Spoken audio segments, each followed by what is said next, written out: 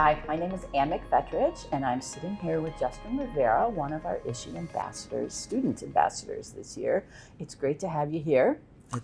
Great being here. Excellent. I loved seeing you last night at the student reception. So what was the biggest takeaway that you had from that reception last night? I think the biggest takeaway was kind of to understand your own limitations when it comes to like how you navigate your day and kind of just be able to push past that. I think I'm going to be getting into this field very soon, so I have a lot of reservations about how's this going to work out and how's that's going to work out. But one of the things that the panel taught me was kind of just to acknowledge them, but realize you're so much more than that, and what you can bring to the table just can actually push you through each day. Excellent. So. Yeah. I thought they did a great job, provided some really nice viewpoints about what it takes to be successful in this field and so forth. So I really enjoyed it as well. Why did you choose forensics? So I've always loved kind of the TV shows surrounding it, and part of me actually thought it was a made-up career. I didn't think forensic scientists actually were a thing just because I had never met one. And when I was in my undergraduate university, I had fallen in love with genetics, and I always wanted to see, I wanted to be a part of a field where they have a profound impact on society. And when I discovered that there were programs and further education in forensic science, I thought I could become a DNA analyst. And I think my inspiration was really drawn from a little bit of the TV side, but more understanding that there's a practical impact that the field brings. Yes, absolutely. So true. So tell me about your poster. Oh, okay. So I actually just got into a subfield of forensic DNA, which is forensic genetic genealogy, a year ago. And I took on this project. I took on learning all the caveats about the field.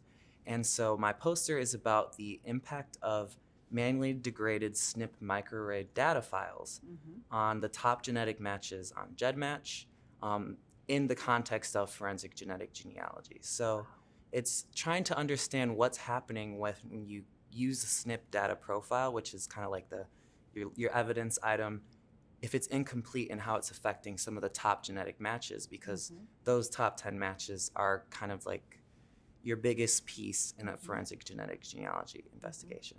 So do you think one day you might want to be a forensic genetic genealogist? Yes. Wow, that's a mouthful. Yes. That's what I've had to teach myself, is just always saying it correctly. Yes. But I really do.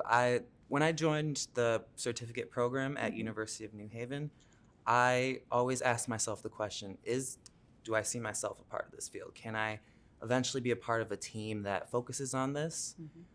Because it's really innovative and advanced. And I was just reassured throughout doing well in each kind of course and coming here that I really do want to be a forensic genetic genealogist, or what they like to call investigative also, or FIGG person. Yes. I do want to, and hopefully sooner rather than later. Right. So excellent. I hope so as well. Thank you. So where do you get your inspiration from? I think I get a lot of my inspiration just from kind of like my own background. When it comes to where I was raised in Chicago, and I've always kind of gone through different changes and different challenges, and I always look back on thinking, oh wow, I wish I would have done this differently. But instead of thinking like that as I've grown up, I think I've kind of relished in kind of the lessons I've learned and how I've gone through and gotten through a lot of these challenges. And the only person who I've had behind me is obviously my family and stuff, but like I was the main person to push through these challenges. So I draw my inspiration by kind of celebrating how far I've come. Right. And also realizing that, this is my one life, and I want to make the best of each moment. So. Wow. That's awesome. I have a 21-year-old son, and he's not quite where you are yet in terms of the maturity and the self-confidence and the trusting his gut kind of thing. But I hope that by the time he's 25, he can get to where you're at as well. So what are you looking most forward to this week And is there somebody in particular that you're like, oh my God, I hope I meet this person? I think I'm looking forward to I think meeting a lot of the forensic DNA professionals. I just got into this field a year ago. Mm-hmm. There are names that I didn't know about coming into my master's program, and now they're all here. Mm-hmm. So I've always wanted to have a conversation with CC Moore and Colleen Fitzpatrick. I actually met yesterday, and some of the people in the forensic genetic genealogy field really inspire me because they're taking on something that's so new and they're making it into a mountain that can be so big for forensic investigations and cold cases that haven't been solved. So I'm excited to talk to those professionals and kind of hear some of their insights. Yeah, for sure. Yeah, the one thing I love about this conference is everybody's very approachable. It's a very collaborative group. Having been in different life sciences, it's a totally different vibe at these conferences, at the forensic conferences, than what it's like at AACR or some of these other things. So I think you're going to be able to meet them. They're very approachable, absolutely. If I see you and then I see somebody who I think you should meet, I'm absolutely going to try and introduce you and help you network as best as I can. So if you had a superpower, what would it be? This one I've always changed my answer on throughout the years, but That's I fine. really would like teleportation. Oh my goodness. I think to be able to see the world and travel efficiently saves a lot of time, saves a lot of money, and it makes like the day more exciting because I know my family's scattered. Some of them are in Puerto Rico, some are back home in Chicago. If I can all visit them in a day, that would be great. Yes, without the feeling of jet lag. Yes. Exactly. That is the key, right? If you feel bad every time you make the jump, that's not going to be a way to continue. If there's some consequences, though, I might have to rethink that. Absolutely. Yeah. So forensic science has, more so than some of the other sciences, has a lot of women who have gone into that field. You're a guy, obviously. So do you think the situations are very different for women versus men in this field? Are there different challenges for you guys, or are the challenges similar? I think there's a mixture of both in that I think the expectation is the same for women and myself, like men in the field. I do think there are differences that are inherent to kind of the society we live in that are still being addressed today, and I don't think that forensic labs get an exception to that rule. Right. I'm actually very honored to be a part of a field where there are more women in the labs and as leaders, because for me, I've always tried to to be a part of an environment that kind of accepts all backgrounds, regardless of what the phenotype is of someone. So it's just a growing field, and I more so admire that this is a field where it's like that. Yeah, I have to say, as a woman, and I've been in this field just tangentially, working for Promega for about 11 years, and I do get really inspired by the number of female lab directors, female tech leads, and so forth. And I look at the other sciences and I go, why are you guys lagging behind, right? What is the the difference? And I think part of the difference is this collaboration and this mentoring, right? When I interviewed women several years ago who had been in the field for a while, they all said that they had a male mentor who recognized the unique skill sets and the so forth in them, and did everything they could to give them opportunities to showcase those skill sets. So that's my one hope for each of you, your student ambassadors, is that you have somebody who can mentor you and help open some of those doors for you guys to your experiences.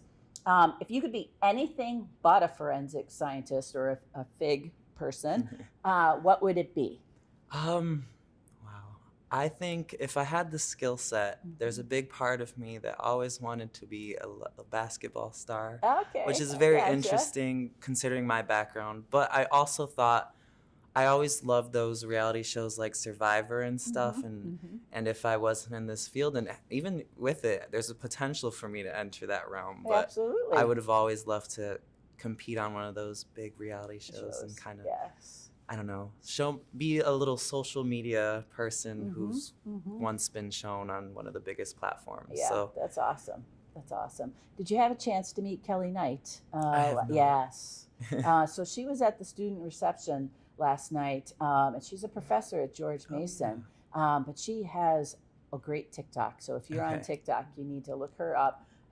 She's on Instagram, etc., and kind of follows that social media influencer trying to educate the masses. But also, if you're in the field, she's got the little wink to you as like, hey, I feel your pain kind of thing. So a great person to follow, and she has merged her skill set in forensics and her education in forensics with a really nice social media presence. So That's she's a awesome. great influencer. So I'll definitely try and hook the two of you up so you can ask her some questions about how she built her following, etc. So if you could have dinner with anybody, dead or alive, who would it be, and what would you talk about? Oh, if I could have dinner with anyone, I think I would have dinner with, I'd say, a president that was not necessarily like way back when, none of the earlier presidents, but kind of like, I'd say, after the Civil War. I would like to understand kind of a lot of the mentalities were at that time period, because it's something that is like very deep in like my interests, where I do want to understand how as a nation we kind of our mind frame was shifting, and I think that perspective is sometimes lost in American history, because we can't interview these people to understand. We can only talk about the events that happened. So a little portion of my interest lie in history, so it's always been like, oh, I would love to sit down with a dead president, as they'd say. Well, I'm not surprised that you have an interest in history, because if you're into FIGG, right? I mean, that you follow a history path, right? Absolutely. And you can go down all kinds of different rabbit holes. So I could see how the interest would overlap. I tell them to make better records during that time as well. So. Yes, more accurate about what was going on. Yes, absolutely. Yeah, agreed 1,000%. So my last question for you is, where do you see yourself in 10 years, and what do you hope to have accomplished over the next decade? Sometimes I can't even think about the next day, but I think I really do want to be not necessarily a titan, but someone who's made an impact with forensic genetic genealogy, or in forensic DNA if I choose the analyst role or choose that route. I think a part of me on a career-wise would love to be some type of leader in a lab. But I also do see myself, also making my personal life just as rewarding, where, I'm able to set my roots down because I've been traveling left and right for school.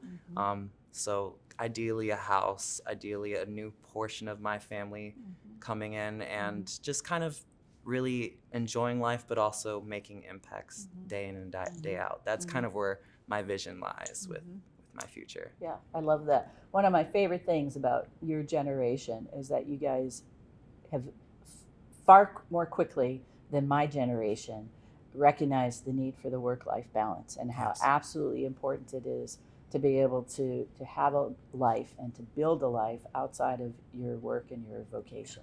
And I love that about you guys. As a leader, it's sometimes challenging, because sometimes work requires extra hours, but thankfully Promega really encourages that really nice work-life balance. So it's a little bit easier for me to do so. But I love that you guys are not just so focused on your career, but you're also saying, this is how I want to build my life. So good for you for having the wisdom at such a young age to be thinking like that. I love it. So thanks so much for talking to me today. Of course. It was an honor to be here. And again, I'm always just grateful for opportunities like this. And to be an ISHI ambassador was the greatest piece of news last spring. So excellent. Well, we're very fortunate to have you on the crew, for sure. Thank you Excellent. so much. Thank you. Thank you.